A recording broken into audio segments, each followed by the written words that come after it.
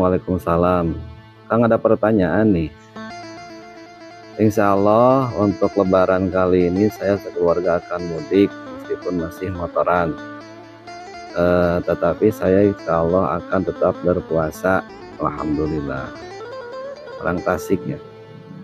Pertanyaannya, ketika saya di perjalanan terutama pagi setelah subuh atau menjelang maghrib, di jalan-jalan itu suka banyak hewan berterbangan, seperti ramatuk.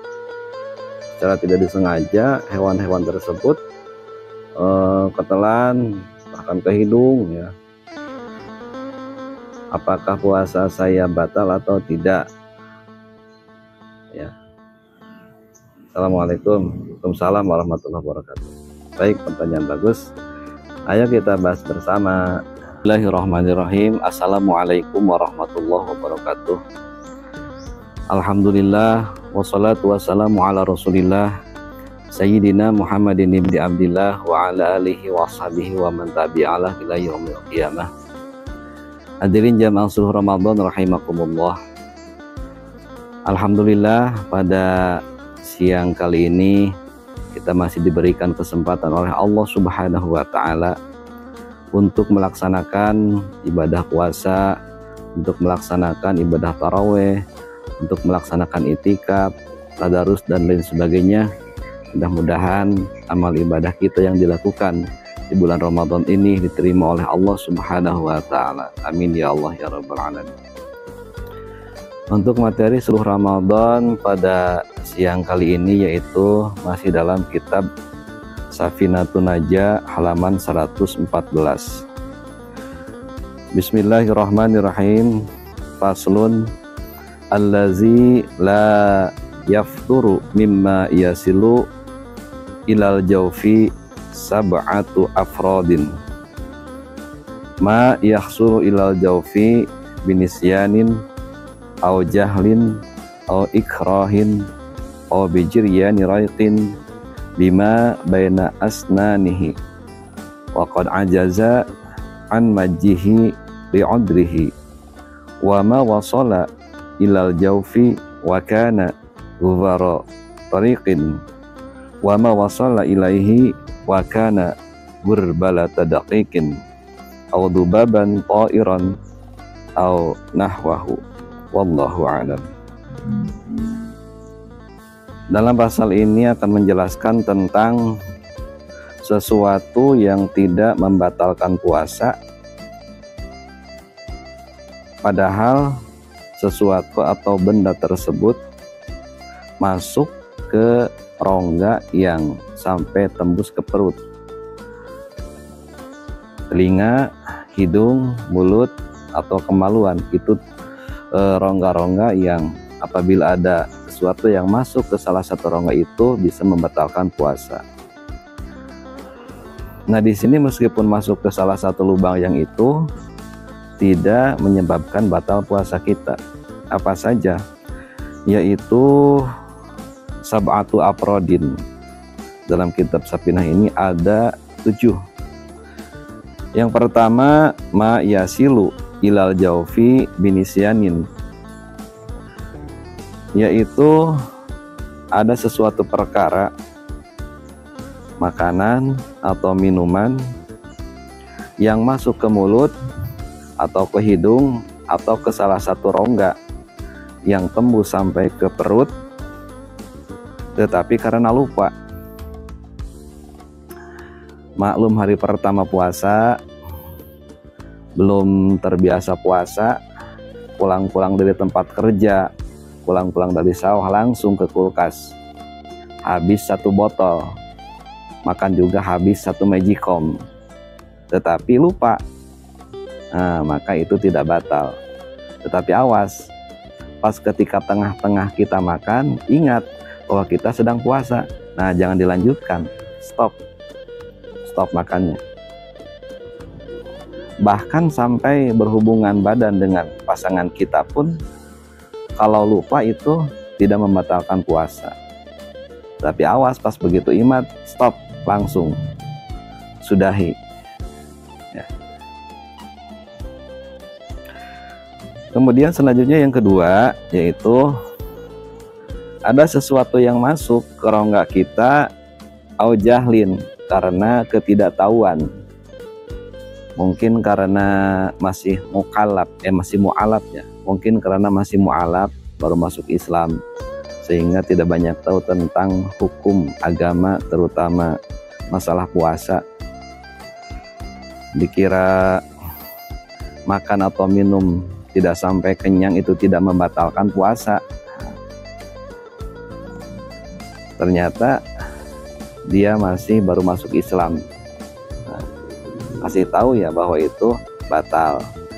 Maka bagi dia yang belum tahu tadi, maka itu tidak membatalkan puasa, karena bodoh ya, bodoh yang dimaafkan.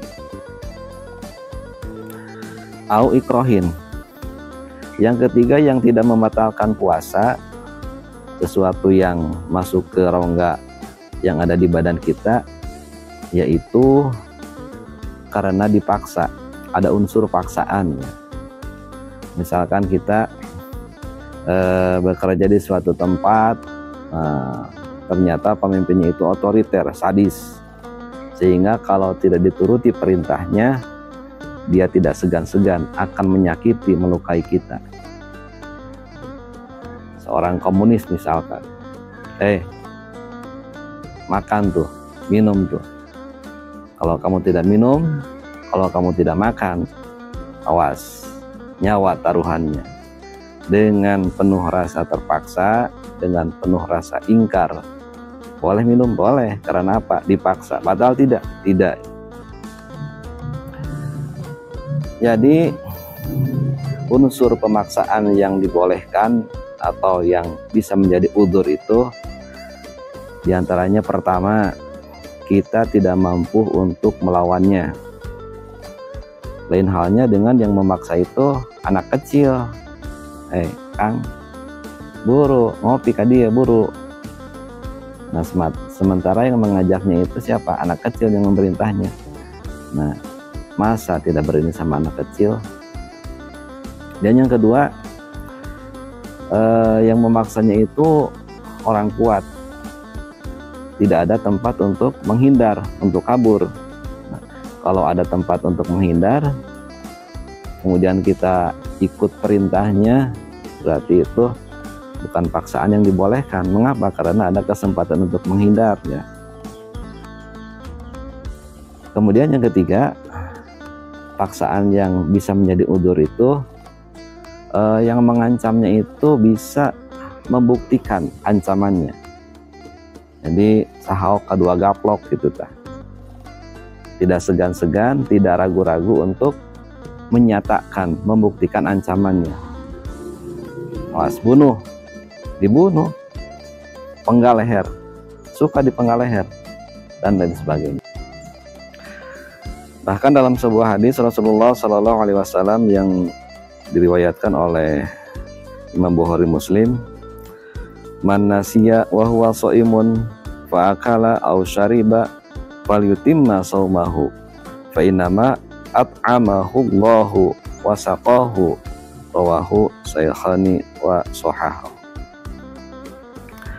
Yang artinya man nasiya, man ari saja lama nasiya eta nu poe itu si man, wa huwa bar itu si man nu shaimun eta nu puasa, fakala tuluy barang dahar itu si iman, au syariba atau nginum itu si iman, waliutimma maka kudu nyampurnakeun itu si iman, saumahu kana puasana si iman, fa inna ma at'ama maka pastina tos masihan tuangeun ku ka si iman sala Gusti Allah, wasaqahu jeung parantos masihan deueteun Allah ku ka si iman. Nah, jadi orang yang makan minum dikarenakan rupa itu hakikatnya Allah telah memberikan hidangan kepada kita ya dari surga. Subhanallah. Warabi'u bijiryani raikin mimma baina asnanihi. Yang keempat, sesuatu yang masuk ke rongga kita yang tidak membatalkan puasa, yaitu karena ludah yang ada dalam mulut kita itu ada campuran benda lain. tetapi sulit untuk memisahkannya, sulit untuk membuangnya. Wa qad ajaja'an majihi li udrihi bihilafi ma idza qadaru ala majihi li taksirihi wa dzalika ka ta'amin aw muhammadin aw qahwatin fa idza syariba qahwatan kubaila fajri wa baqiya asaroha lima badahu fa in balaga raikahu al mutaghir biha amdan ma'a qudratihi ala majihi abqara.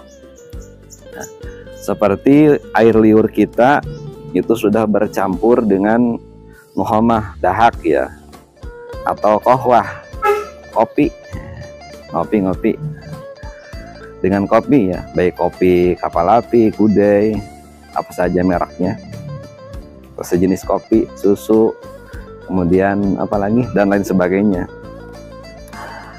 Nah kemudian faedah syariba qahwatan qubailil fajri, apabila ngopi sebelum fajar, sedikit lagi sudah masuk waktu imsak, sudah ada peringatan, perhatian, masih ngopi. Kemudian tidak sempat meminum air putih atau kumur-kumur, otomatis biasanya rasa aroma kopinya manis-manis sedikit itu suka menempel ya. Nah kemudian tibalah waktu fajar. Jadi dari imsak sudah lewat, kemudian waktu adzan subuh baru mau masuk, berarti itu sudah masuk fajar. Waduh, ini gimana ini? Masih ada rasa manis-manisnya, ada sepet-sepetnya. Nah, kemudian untuk dipisahkan, untuk diludahkan itu ya sulit. Masih ada asar atau tapak atau apa sih, aroma-aroma kopinya. Nah, maka nggak apa-apa ya, ditelan juga. Lalu bagaimana atau batasannya?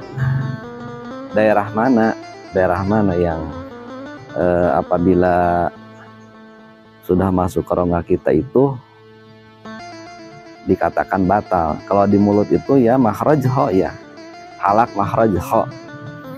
Nah kalau di hidung apa itu? Yaitu haisum, hidung agak ke dalam. Kalau sudah melewati itu, benda asing sengaja masuk ke dalam, maka batal ya. Gitu. Jadi catatan, di mulut makhrajho, kalau di hidung yaitu haisum. Wal khamisu ma wasala ila jawfi wa kana gubara tarikin. Yang kelima, benda yang masuk ke rongga kita, ke mulut, ke hidung, tidak membatalkan puasa, yaitu bendanya seperti debu jalanan, deru dan debu jalanan. Sawaun kana tahiron au nazan, debunya itu suci atau najis. Walau min mughalladotin, meskipun dari najis mughaladoh ya, najis anjing atau bagong, kotoran anjing atau kotoran bagong, kebul, jadi debu beterbangan masuk ke mulut atau ke hidung kita.